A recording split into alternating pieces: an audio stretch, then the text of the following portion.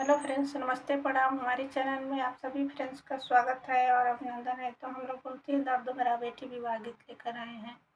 अगर अच्छा लगेगा तो लाइक शेयर सब्सक्राइब जरूर कीजिएगा और कमेंट बॉक्स में ज़रूर बताइएगा कि ये गीत आप लोगों को कैसा लगा। तो चलिए सुनाते हैं। नीरा चुआता बाबा, नीरा चुआता है,